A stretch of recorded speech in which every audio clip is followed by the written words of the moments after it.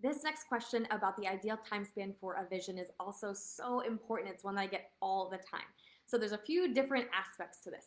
One piece is that I want you guys to keep in mind that visioning is sort of like an accordion. You can stretch it out or you can condense it, and that's one of the most powerful pieces of a vision. So that means that you can have a long-term vision. You can also have short-term visions as well, and I'll kind of get to that short-term visioning piece later on with a question that's coming up.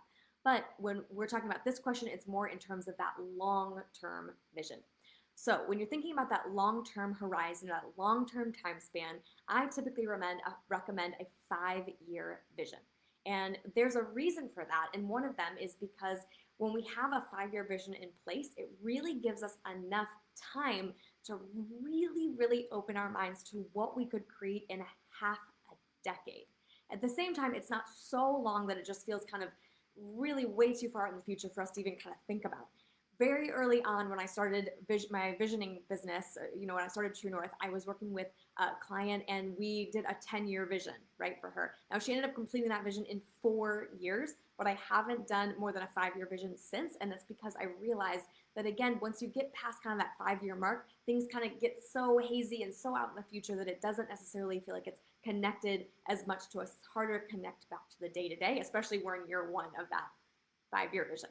So one of the reasons that I always like to do that 5-year vision is because it really represents a big shift in age and stage for you and everyone else in your world. And it covers sort of a formative, again, era or half decade in your life. Really opens you up to so many things that you aren't even expecting or couldn't even possibly imagine when you're sitting down to write the vision right now.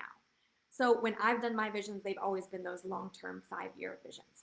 Now, there are times when I recommend a 3-year vision.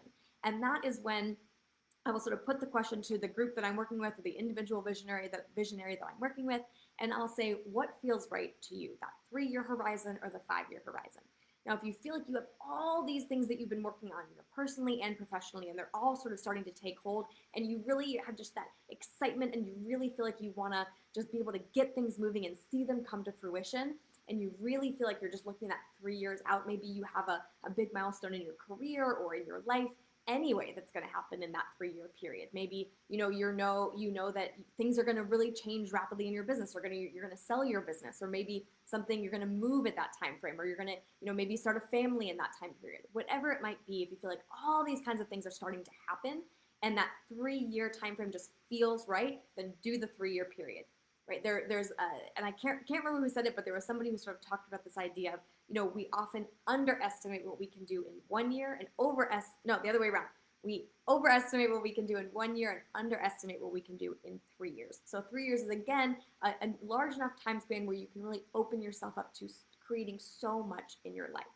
Now, on the other hand, if you feel like there are so many things sort of simmering under the surface for you, but they're going to take time to unfold. They're going to take time to really create in the way that you want, then again, that 5-year vision is going to serve you really well.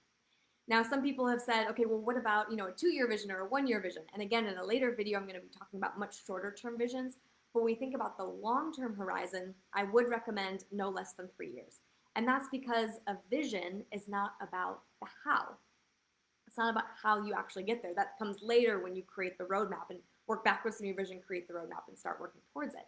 Now, if you have a 1-year vision or a 2-year vision, it can be really easy to sort of get caught up in the how.